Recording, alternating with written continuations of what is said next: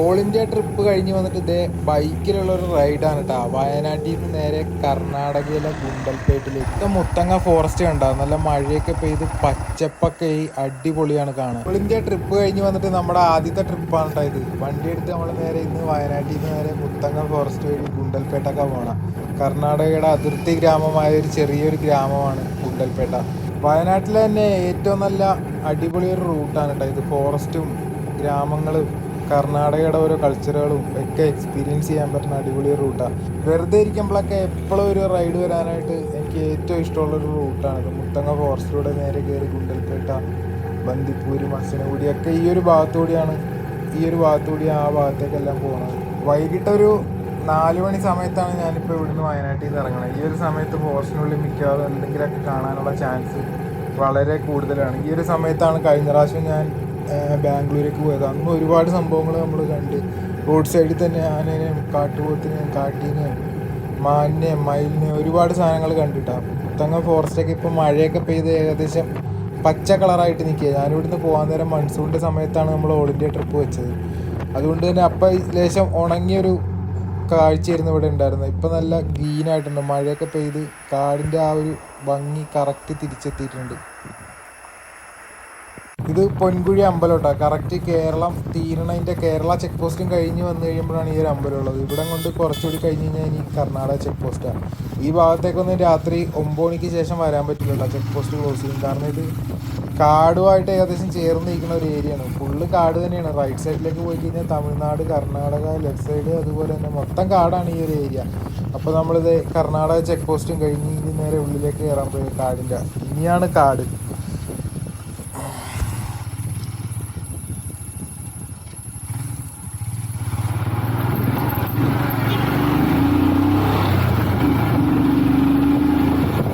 കുറച്ച് ദിവസം വീഡിയോയും കാര്യങ്ങളൊന്നും ഇല്ലായിരുന്നു. എൻ്റെ ഫോണ് പോയിട്ട് തിരിച്ച് നമ്മൾ ഡൽഹിയിൽ നിന്ന് തിരിച്ച് കയറി വന്നത് ഫോൺ എടുക്കാൻ വേണ്ടിയിട്ട്. അങ്ങനെ iPhone 14 Pro Max ആണ് നമ്മൾ വാങ്ങിയത്. 14 Proയാണ് കയ്യിൽ നിന്ന് പോയത്. അങ്ങനെ ഫോൺ കിട്ടിക്കഴിഞ്ഞ് ഇനിയിപ്പോൾ എല്ലാ ദിവസവും ഡെയിലി ലോങ് വീഡിയോയും ഷോർട്ട് വീഡിയോസ് ഉണ്ടാവും. കാടിൻ്റെ ഉള്ളിൽ നാച്ചുറൽ സൗണ്ട് കേട്ടോ. ചീവീട് കരയണതും ഫുള്ള് ഗ്രീനായി പുല്ലും കാര്യങ്ങളൊക്കെ മുളച്ച് കാട് കാണാൻ തന്നെ വേറൊരു വൈബാണ് ഇപ്പോൾ നമ്മൾ കാടിൻ്റെ ഏകദേശം നടുക്കെത്തിയിട്ടുണ്ട്. ബന്ദിപ്പൂർ ഫോറസ്റ്റിൻ്റെ നടുക്കാണ് ഇപ്പോൾ നമ്മളുള്ളത്. എന്ത് സാധനങ്ങളെ കാണാനുള്ള ചാൻസ് വളരെ കൂടുതലാണ്. കടുവ, കരടി, ആന എല്ലാം മിക്കവാറും ഇറങ്ങി വരേണ്ട ഒരു സമയമാണ്. ഈ ഒരു സമയമാകുമ്പോൾ റോഡ് സൈഡിൽ തന്നെ ഒരുമാതിരിപ്പെട്ട സാധനങ്ങളെ കാണാനുള്ള സാധ്യതയുള്ളതാണ്. കണ്ടിട്ടുണ്ടോ പ്രാവശ്യം ഈ ഒരു സമയത്ത്. അതുകൊണ്ട് തന്നെയാണ് ഈ ഒരു സമയത്ത് വന്നത് നമ്മൾ. പക്ഷേ ഇപ്രാവശ്യം നമ്മൾ ഒന്നും തന്നെ കണ്ടില്ല. ശരിക്കും പറഞ്ഞിട്ടുണ്ടെങ്കിൽ ഈ ഒരു ഭാഗത്തൊക്കെ വെച്ച് ഒരുപാട് സാധനങ്ങൾ കാണേണ്ട സമയം കഴിഞ്ഞിരിക്കുക. മുത്തങ്ങ ഫോറസ്റ്റിനകത്തേക്കൊക്കെ വരുമ്പോൾ മാക്സിമം പെട്രോളൊക്കെ അടിച്ച് നിറച്ചിട്ട് വേണം വരാൻ. ഇടയ്ക്ക് വെച്ച് വണ്ടി പഞ്ചറായേ വണ്ടി പെട്രോൾ തീരിയൊക്കെ ചെയ്ത് കഴിഞ്ഞാൽ അതുപോലെ തന്നെ ടയറും കാര്യങ്ങളൊക്കെ ചെക്ക് ചെയ്യണം. 8ൻ്റെ പണി കിട്ടും. ഇതിൻ്റെ അകത്തൊക്കെ പഞ്ചറായി പോയി കഴിഞ്ഞാൽ പിന്നെ പെട്ടതാ, വേറൊരു വഴിയില്ല.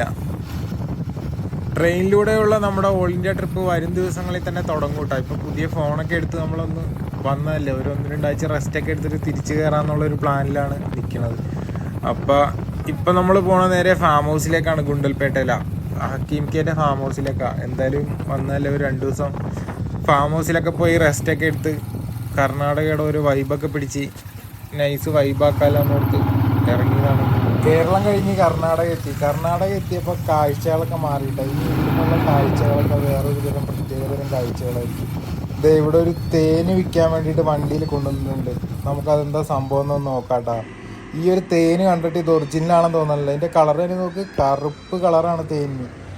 എഞ്ചിൻ ഓയിലിൻ്റെ കളറാണ് തേനിന്. ഇത്രയും കറുപ്പ് കളർ തേന് വരുമോ എന്ന് എനിക്ക് അറിയില്ല കേട്ടോ. നമ്മുടെ അവിടെയൊക്കെ കാണുന്ന തേന് ഇച്ചിരി ലൈറ്റ് കളറായിരിക്കും. കാട്ടുതേനാണെന്നൊക്കെയാണ് പറയണത്. കറക്റ്റ് ഫോറസ്റ്റ് ചെക്ക് പോസ്റ്റിൻ്റെ തൊട്ട് സൈഡിലാണ് സാധനം കണ്ടത്. നമ്മൾ നോക്കിയിട്ട് പോകുന്നിട്ട് അത് സാധനം ഒറിജിനലാണെന്ന് എനിക്ക് തോന്നുന്നുള്ളത് കണ്ടിട്ട്. അവനൊരു കള്ള ലക്ഷണമുണ്ട്. കർണാടകയിലേക്ക് വന്നപ്പോൾ പെട്ടെന്ന് തന്നെ ഇവിടുത്തെ ആ ഒരു കാലാവസ്ഥയും അന്തരീക്ഷമൊക്കെ പെട്ടെന്ന് തന്നെ മാറി. വയനാട്ടിലുണ്ടായിരുന്നൊരു ക്ലൈമറ്റ് ഇല്ല ഇവിടെ ഇച്ചിരി കൂടി നല്ലൊരു ക്ലൈമറ്റാണ് ഇവിടെ. അവിടെ ഇച്ചിരി കൂടി ഒരു മഴ വരാൻ ചാൻസ് ഉള്ള പോലത്തെ ഒരു മഴക്കാറുള്ള പോലത്തെ ഒരു ക്ലൈമറ്റാണ്. പക്ഷെ ഇവിടെ വന്നു കഴിഞ്ഞപ്പോൾ നല്ല വെയിലും. ഈ ഒരു ഗുണ്ടൽപേട്ടയിൽ കൂടുതലും കൃഷികൾ തന്നെയാണ് കേട്ടോ. കൃഷികൾ അതുപോലെ തന്നെ പൂക്കൾ നല്ല രീതിയിൽ സൺഫ്ലവറും പൂവും കാര്യങ്ങളൊക്കെ ഉണ്ടാവും. അത് കൂടുതലും ഈ ഓണം ആകണതിന് മുമ്പ് വരുമ്പോഴാണ് കൂടുതലും പൂക്കളൊക്കെ കാണാൻ പറ്റുന്നത്. സൺഫ്ലവർ എപ്പോഴും ഉണ്ടാവും അവിടെ ഇവിടെയൊക്കെ ആയിട്ട് കൂടുതലും. എങ്കിൽ എല്ലാ ടൈപ്പ് ചെണ്ടുമല്ലിയും കാര്യങ്ങളൊക്കെ കൂടുതലും കാണാൻ പറ്റുന്നത് ഓണം ആകണതിന് കുറച്ച് മുമ്പ്, ഒരു 1-2 ആഴ്ച മുമ്പ് വന്നു കഴിഞ്ഞാൽ ഈ ഒരു ടൗൺ അടിപൊളിയായിരിക്കും, കളർഫുള്ളായിരിക്കും. ഫുള്ള് ഈ ഒരു 2 സൈഡിലും ഫുള്ള് പൂക്കൾ തന്നെ ആയിരിക്കും കൂടുതലും എല്ലാവരും കൃഷി ചെയ്യുന്നത്. അങ്ങനെ ഇത് ഉണ്ടാവും. നമ്മുടെ നാട്ടിൽ കാണാൻ പറ്റാത്തൊരു കാഴ്ച. വണ്ടീൻ്റെ ബാക്കിൽ ഒരുപാട് ആൾക്കാരെയൊക്കെ കയറ്റി കൊണ്ടുപോകുന്നത് കൃഷിപ്പണിക്കൊക്കെ കൊണ്ടുപോയിട്ട് തിരിച്ചവരെ വീട്ടിലെത്തിക്കാൻ വേണ്ടി കൊണ്ടുപോകണതാണ്. ചെക്ക് പോസ്റ്റ് കഴിഞ്ഞ് ഗുണ്ടൽപേട്ടൊക്കെ കുറച്ച് ഓടാനുണ്ട് കേട്ടോ അത്യാവശ്യം. പക്ഷേ സ്ട്രെയിറ്റ് ഓടായതുകൊണ്ട് തന്നെ ദൂരമൊന്നും നമുക്ക് തോന്നില്ല. അത്യാവശ്യം ഒറ്റ സ്ട്രെച്ചിലാണ് റോഡ് കിടക്കുന്നത്. അത്യാവശ്യം നല്ല സ്പീഡിൽ നമുക്ക് ഓടാൻ പറ്റും. ഇവിടുത്തെ റോഡുകളൊക്കെ അത്യാവശ്യം നല്ല റോഡുകളാണ് ഗുണ്ടൽപേട്ടയിൽ. അങ്ങനെ എപ്പോഴും നമ്മൾ ഗുണ്ടൽപേട്ട ടോളിൻ്റെ അവിടെ വരാൻ നേരം ഈ ഒരു കടയിൽ നിന്നാണ് നമ്മൾ ഇവിടുന്ന് ചായ കുടിക്കാറുള്ളത്.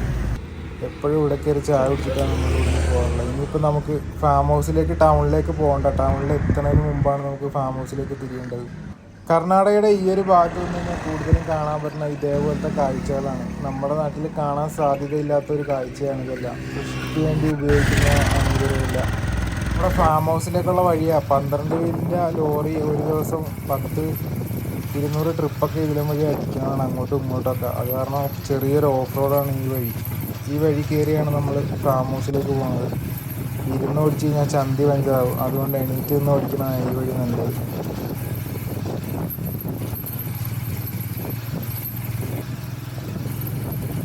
ഈ ഒരു ഭാഗത്ത് വീടും കാര്യങ്ങളൊന്നും തന്നെ ഇല്ല കേട്ടോ. ഈ ഒരു നമ്മുടെ ഫാം ഹൗസ് മാത്രമേ ഉള്ളൂ.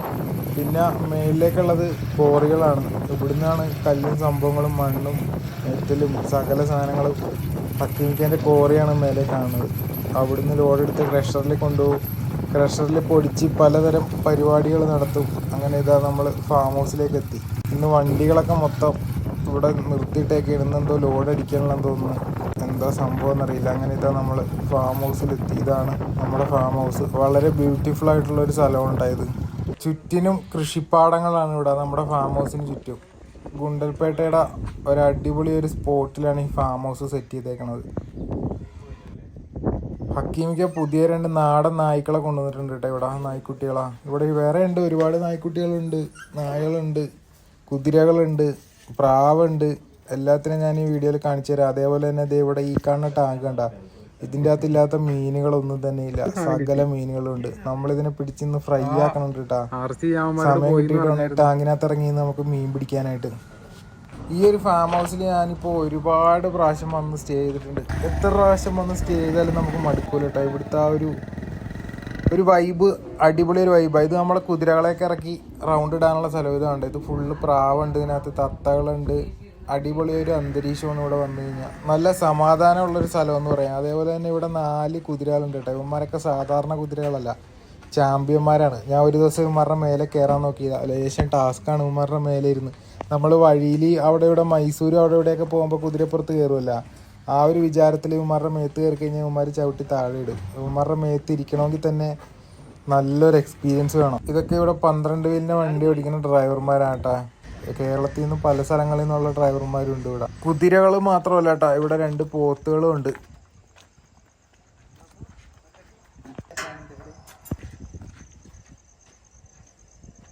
ഹക്കീമിക്ക് അതേ സർപ്രൈസ് തരാമെന്ന് പറഞ്ഞ് ബാംഗ്ലൂരിലേക്ക് ഒരു അടിപൊളി റൂട്ടുണ്ട്. കാട്ടിക്കൂടി 75 കിലോമീറ്റർ. ആർക്കും അറിയാൻ പാലാത്ത ഗുണ്ടൽപേട്ടയിൽ നിന്ന് ഫോറസ്റ്റിനകത്ത് കൂടി കയറി ബാംഗ്ലൂരേക്ക് പോകുന്ന റൂട്ട്. അതിൽ നമ്മളിതേ ഫോർച്യൂണറുമായിട്ട് ഇന്ന് പോയ രാത്രി. ഇതാണ് കൊടുങ്കാട്. കർണാടകയുടെ കൊടുങ്കാട്ടിലൂടെയാണ് നമ്മളിന്ന് ബാംഗ്ലൂരേക്ക് പോകുന്നത്. എന്തും കാണാനുള്ള ചാൻസ് ഉണ്ട് ഈ ഒരു ഫോറസ്റ്റിനകത്ത്. അപ്പോൾ അടുത്ത വീഡിയോ കാണാൻ മറക്കണ്ട. അതിലുണ്ടാവും ഈ ഒരു റൂട്ടിനെ പറ്റി ഡീറ്റെയിൽ ആയിട്ടുള്ള വീഡിയോ.